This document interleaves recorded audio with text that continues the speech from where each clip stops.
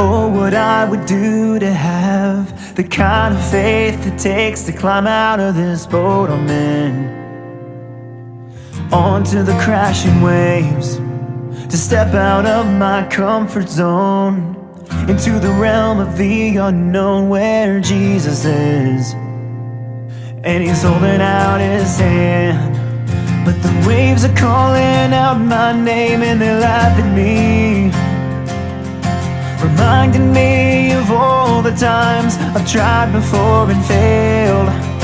The waves that keep on telling me time and time again, boy, you'll never win. You'll never win. But the voice of truth tells me a different story. But the voice of truth, it says do not be afraid. But the As you know, we are heading on campus here momentarily at the University of South Florida, throwing it down with the students. It's going to be a lot of fun. We are excited to continue this cultural movement that we have started at Turning Point USA.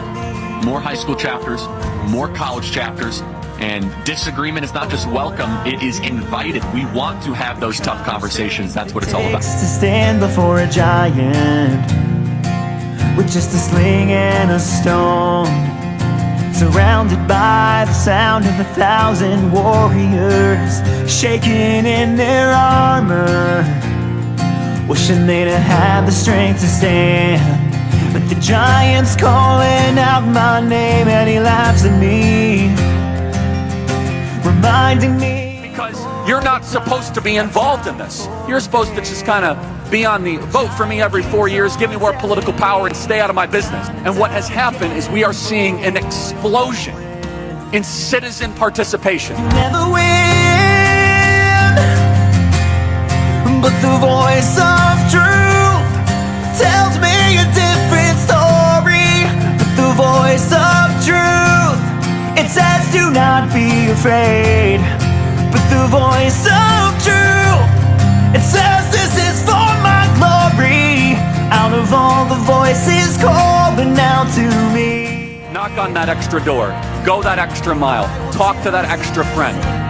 Because throughout voting month and culminating on the 5th of November, I believe it will go down as a day that people remember, as a day that is written about in history books, as the final battle, from the golden escalator on down, from defeating Hillary Clinton, from the nonsense of 2020, from Butler, Pennsylvania, November 5th, it all culminates where we restore the promise that the founders gave us. And they said, hey, if the people want it, the people get it. And we, the people, take back America. God bless Arizona, and thank you so much.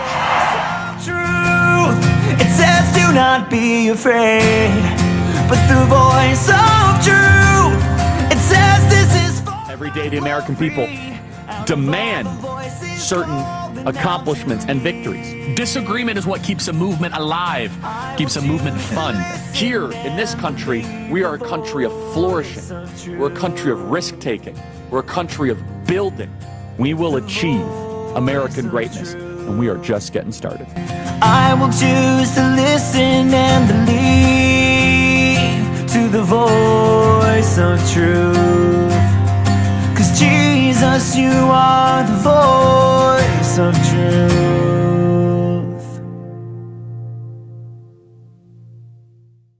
That is what Charlie wanted. Obviously, he hoped that people would find God and that they would be conservative, that they would love traditional values, but he also just wanted young people not to be silent. He wanted them to get involved. He wanted them to wrestle with big ideas and debate and seek to understand each other. He had this idea of a world that was based on civil discourse and understanding. He wanted young people to live happy and healthy and full lives. He was concerned about our economy and the things that Gen Z and Gen Alpha will be facing. He was concerned about the fact that we can't buy homes, that young people are not getting married because they are scared about the economy, that they are scared about, world wars. He listened to young people. His fight was not one-sided. He had a holistic view of how he thought Gen Z should thrive based on what people in my generation were actually saying to him, what he was actually seeing on college campuses.